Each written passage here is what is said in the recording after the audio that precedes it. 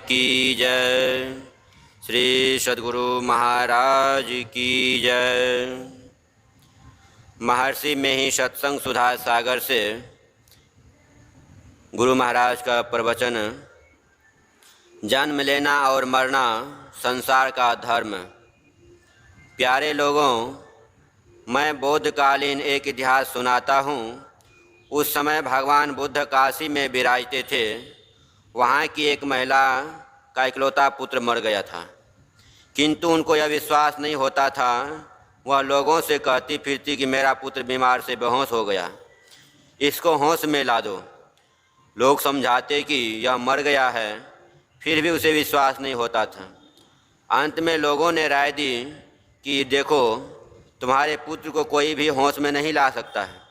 हाँ, यहाँ एक बहुत बड़े महात्मा भगवान बुद्ध आए हुए हैं, उसके पास जाओ तो वे तुम्हारे पुत्र को होश में ला सकते हैं। वह महिला अपने मृत पुत्र को लेकर भगवान बुद्ध के पास गई और बोली, भगवान, मेरा इकलौता पुत्र बीमार से बेहोश हो गया है। लोगों ने बताया कि आप इसे होश में ला सकते हैं, इसलिए मैं आपके पास आई हूँ। आप इसे होश में ला दें। भगवान बुद्ध समझ गए कि यह माया मोहित ममताग्रस्त महिला यह नहीं समझ रही कि उसका पुत्र मर गया है। बुद्ध ने कहा, हाँ, यह होश में आ सकता है, लेकिन तुम इस नगर में किसी के यहाँ से एक मुट्ठी सरसों के दाने ले आओ। एक मुट्ठी सरसों के दाने सुनकर उसे बड़ी प्रसन्नता हुई कि काशी नगरी में कहीं न कहीं सरसों के दाने अवश्य मिलेंगे और मेरा बेटा चंगा होगा। वह वहाँ से चलना भी चाहती थी कि भगवान बुद्ध ने कहा, सुनो, सरसों के दाने अवश्य लाना, किंतु स्मरण रहे कि ऐसे घर से सरसों के दाने लेना जिस घर में किसी की मृत्यु नहीं हुई हो। वह बेचारी महिला सरसों के लिए काशी में घर घर फिरने लगी। सरसों के दाने तो उसे मिल जाते, किंतु जब वह पूछती थी कहीं तुम्हारे यहाँ किसी की मृत्यु तो नहीं हुई है, तो लोग झुंझला उठते और कहते, पगली, ऐसा भी कहीं होता है कि कभी किसी के घर में कोई मरा नहीं हो। इस प्रकार घूमती हुई समूची काशी नगरी छान डाली, किंतु कहीं भी उसे ऐसा घर नहीं मिला जिस घर में कभी किसी की मृत्यु नहीं हुई हो। अंत में उसको विश्वास हो गया कि मेरा पुत्र भी मर गया है। ऐसा कोई घर नहीं जिस घर में मृत्यु नहीं हुई हो। जन्म लेना और मरना इस संसार का धर्म है। मोती दास जी हमारे शिष्य कहिए, वह मित्र बड़े अच्छे थे। 50 वर्षों से मैंने उसे देखा। वे गरीबी मिजाज के और बड़े सरल थे। उनकी श्रद्धा क्रिया के उपलक्ष्य में आज सत्संग है। श्रद्धा कहते हैं जो कर्म श्रद्धा से किया जाए। इस श्रद्धा क्रिया, इस श्राद्ध क्रिया में एक वेदांत है कि शरीर नाशवान है और जीवात्मा नाशवान नहीं है। आज वही दिन है जो दिन घर घर में आत्मा के अमर तत्व का ज्ञान देता है। किसी के घर में मृत्यु होने पर लोगों के मन में विषाद होता है कि हमारे घर में एक समांग चले गए, हमारे घर से एक समांग चले गए, किंतु विषाद करने पर भी वे लौट कर नहीं आते, इसलिए विषाद करना व्यर्थ है। विषाद न हो तो खुश हो, लेकिन इस अवसर पर खुश होना लोग पसंद नहीं करते। मोती दास जी के चले जाने पर मैं विषाद नहीं करता, मुझे खुशी होती है। उनके बाल बच्चे भी मेरे बाल बच्चे जैसे हैं। वे कहते होंगे कि ये क्या कर रहे हैं। वे मोती दास जी अच्छे सुकर्मी थे, शुभकर्मी थे, इसलिए उनके इस संसार से चले जाने से विषाद नहीं होना चाहिए। जो अपकर्मी हैं उनके जाने से विषाद होना चाहिए। जब किसी को शरीर और संसार के बंधनों से मुक्ति मिल जाती है तो वह स्वयं जानता है कि मैं मुक्त हूँ। जैसे कोई बीमार हो और वह रोग मुक्त हो जाए तो वह स्वयं जानता है कि मैं निरोग हूँ। वह मुक्त स्वरूप परमात्मा को पाता है, वह सारे बंधनों से छूट जाता है। कबीर साहब ने कहा है, मरते मरते जग मुआ, अवसर मुआ न कोय, दास कबीरा यो मुआ, बहुरी न मरना होय। जा मरने से जग डरे, मेरे मन आनंद, कब मरी हों कब पाई हों, पूरन परमानंद। मरिए तो मरी जाइए, छूटी पड़े जंजाल, ऐसी मरनी को मरे, दिन में 100 बार। ऐसा मरना अच्छा है कि जन्म न हो, यह बहुत ऊंची बात है। इसको वही पाता है जो जीवन मुक्त होता है। उसको संसार का बंधन नहीं, ऐसा कुछ नहीं जो वह नहीं जानता। ऐसा कैसे होगा? ऐसा कैसे होता है? ईश्वर भजन करने से। मोतीदास जी को संत मत का भजन भेद मालूम था। वे नित्य ध्यान करते थे, सत्संग में नित्य जाते थे। यह उनका घर है और सत्संग मंदिर मानो दरवाज़ा। देखिए कितना बड़ा भाग्य है। वे खाए अपने घर में और सोते थे सत्संग घर में। कभी कभी अपने घर में भी सोते थे। वे बड़े भाग्यवान थे। भगवान श्री कृष्ण ने बड़ा अच्छा कहा है कि योग के आरंभ का नाश नहीं होता है। अर्जुन ने पूछा कि हे भगवान, जो माया से खींचकर योग भ्रष्ट हो जाए तो उसकी क्या गति होगी?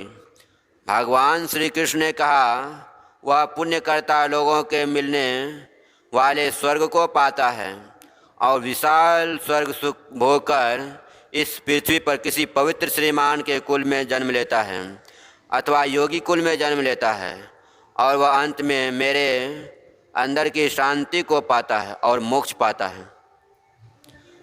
मैं विश्वास करता हूँ कि मोतीदास जी ने भजन को पूरा नहीं किया, लेकिन वे अपकर्मी होकर नहीं मरे हैं। वे योगी कुल में जन्म लेंगे और मोक्ष को प्राप्त करेंगे। सभी कोई भजन करो, शरीर छूट जाए तो छूट जाए, लेकिन संस्कार तुम्हारे साथ जाएगा।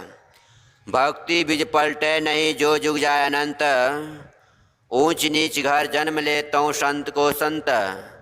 भक्ति बीज बिन से नहीं आए परे जो चोल, कंचन जो विष्टा परे घटे न ताको मोल। पहले भजन करने वाला भजन अभ्यास को पकड़ता है और पीछे भजन ही उसको पकड़ता है। मोतीदास जी सब दिन भजन करते थे, उन्होंने कभी भजन नहीं छोड़ा। इनके मामा गुरु चरणदास जी थे। वे कभी जंगल के रास्ते में भी जाते, घोड़ा लाते थे। भजन का समय होता था तो वे भजन करने लगते थे। उनके लड़कों को भी पिता का अनुकरण करना चाहिए। मोतीदास जी को जब तक आने जाने का शरीर होगा, मनुष्य शरीर होगा, एक जन्म में जो भजन करेगा वह दूसरे जन्म में भी भजन करेगा। कुकर्मी होकर भजन करेगा तो वह उतना अच्छा नहीं, सुकर्मी होकर भजन करो बड़ा अच्छा होगा। मोतीदास जी तो पढ़े लिखे विशेष नहीं थे, बहुत कम थे, लेकिन सत्संग करते हुए संतवाणी का अर्थ भी करने लगे थे। उनकी बुद्धि बढ़ गई थी। कुकर्मी होकर भजन करोगे तो भूल भटक भी होगा, लेकिन सुकर्मी होकर भजन करो तो भूल भटक नहीं होगा। पवित्र श्रीमान कुल में व योगी कुल में जन्म अवश्य होगा। ऐसे श्रीमान के यहाँ जन्म लेने से योगी कुल में जन्म लेना उत्तम हो, क्योंकि धन से किसी को संतोष नहीं होता है और योगी कुल में जन्म लेने से स्वाभाविक संतोष होगा। धन के द्वारा तृष्णा का नाश नहीं होता। संसार में जितनी चीज़ें हैं सभी मिल जाएं तब भी तृष्णा दूर नहीं होगी, लेकिन भक्त को संतोष होता है। बाबा नानक साहब ने कहा है, वसुधा सपत दीप है सागर, मति कंचनु काढ़ी धरी जय। मेरे ठाकुर के जन इनहु न बांछही, हरि मांगई हरि रसु दीजय।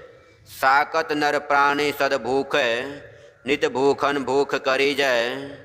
धावत धाय धावहि प्रीति माया, लख कोसन को बिखित दीजय।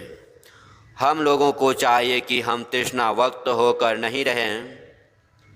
इतना परिश्रम करें कि जिससे सत्संग और ईश्वर भजन करने का भी समय बचे, परोपकारार्थ कर्म करने का समय बचे। साईं इतना दीजिए जामे कुटुंब समाए, मैं भी भूखा ना रहूं साधु न भूखा जाए। संतोषी बनो, ऐसा नहीं कि कमाई नहीं करो, कमाई करो लेकिन संतुष्टि रखते हुए। तृष्णा कभी नहीं बुझेगी। संसार में धन और भोगों से यह जानकर जो ईश्वर भजन करते हैं उनको शुभगति स्वर्ग आदि की प्राप्ति होती है, और जो भजन पूरा करते हैं उनको मुक्ति मिल जाती है। पूरा भजन नहीं होने से भजन के संस्कार के कारण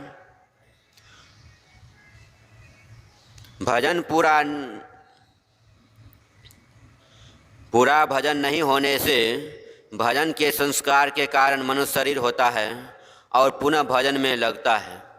मनुष्य शरीर ही ईश्वर भजन करने का शरीर है। किसी ने बहुत अन्न दान किया तो मनुष्य शरीर के अलावा बैल, गाय, हाथी, घोड़े के शरीर में भी उसका फल भोग सकता है। सोना चांदी का दान किया है तो हमारे गुरु महाराज कहते थे कि हाथी को देखो कितने वजन का जेवर उसकी देह पर है, लेकिन ईश्वर भजन करो और अच्छे अच्छे कर्मों को भी करो तो बहुत बढ़िया। किसी नगर में एक वेश्या रहती थी। उस नगर के एक व्यक्ति की मृत्यु होने पर अपनी नौकरानी से बोली, शहर में जाकर दिखाओ उस मृत प्राणी को स्वर्ग हुआ है व नरक। एक साधु उसी होकर उस नगर में प्रवेश कर रहा था। वेश्या के मुख से स्वर्ग नरक की चर्चा सुनकर वह स्तब्ध हो वहाँ खड़ा हो गया। थोड़ी देर के बाद नौकरानी शहर से लौट कर आई और बोली, मालकिन, उनको स्वर्ग हो गया। एक वेश्या की नौकरानी के मुख से स्वर्ग नरक संबंधी इस प्रकार की परीक्षित बातें सुनकर साधु के आश्चर्य का ठिकाना न रहा। उसने वेश्या के पास जाकर पूछा, ऐसी कौन सी विद्या तुम्हारे पास है जिसके सहारे तुम्हारी नौकरानी भी जान पाती है कि अमुक व्यक्ति को स्वर्ग व नरक। वेश्या बोली, साधु बाबा, आप यह बात नहीं जानते। जिनकी मृत्यु से बहुत लोग दुखी हों, जिनकी लोग प्रशंसा करते हों, कहते हों कि हम बहुत अच्छे लोग थे, तो जानिए कि उनको स्वर्ग हुआ। और जिनकी मृत्यु से बहुत लोग उनकी निंदा करते हों अथवा कहते हों कि भले ही वह मर गया, बड़ा दुष्ट था, तो जानिए उसको नरक हुआ। मेरे जानते मोतीदास जी के लिए बुराई की बात नहीं होगी। संसार में ऐसे कोई नहीं जिनके खिलाफ में कोई कुछ बोले। इसी तरह कुछ लोग मोतीदास जी के खिलाफ भी कह सकते हैं। लेकिन मेरा ख्याल है कि मोतीदास जी की अच्छी गति होगी, वे अच्छे। श्री सद्गुरु महाराज की जय। यह प्रवचन कटिहार जिला अंतर्गत स्वर्गीय मोतीदास जी के श्राद्ध क्रिया के अवसर पर दिनांक 19/12/1965 ईस्वी के सत्संग में हुआ था। श्री सद्गुरु महाराज की जय।